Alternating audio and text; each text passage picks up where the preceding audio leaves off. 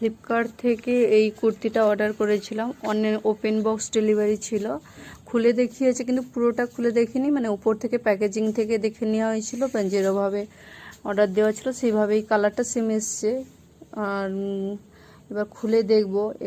এটা অনেক দিন থেকে দেখেছিলাম, অ্যাড টু কার্ট করে রেখেছিলাম, অর্ডার করব কি করবো না ভাবছিলাম, কারণ ছবিতে যতটা শাইনিং দেখায় এবার আসে ততটাও ভালো নয়, দিয়ে করবো না। তারপর হচ্ছে ঠিক আছে দেখি, তারপর যদি আসে তো ভালো আসে তো রেখে দিব, না হলে রিটার্ন করে দিব, সেই রকম ভেবে অর্ডারটা করেছিলাম। দিয়ে দেখছি ঠিকঠাকই আছে, এবার পরে দেখছি এবার হয়তো তাহলে রেখে দিব, না হলে মোটামুটি যেভাবে সেই কাজ মানে সেখানে কালারটা সেমই এসছে, তাও এতে একটু ছিল, গ্লেজ লাগছিল, এতে একটু কম লাগছে, তবু চলবে, কালারটা একদম খারাপ নয়। তো এবার পরে দেখছি কতটা কি লাগে।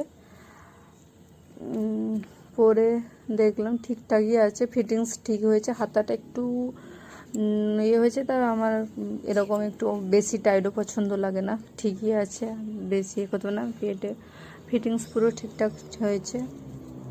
ভাবছি রেখে দেবো, রিটার্ন করব না।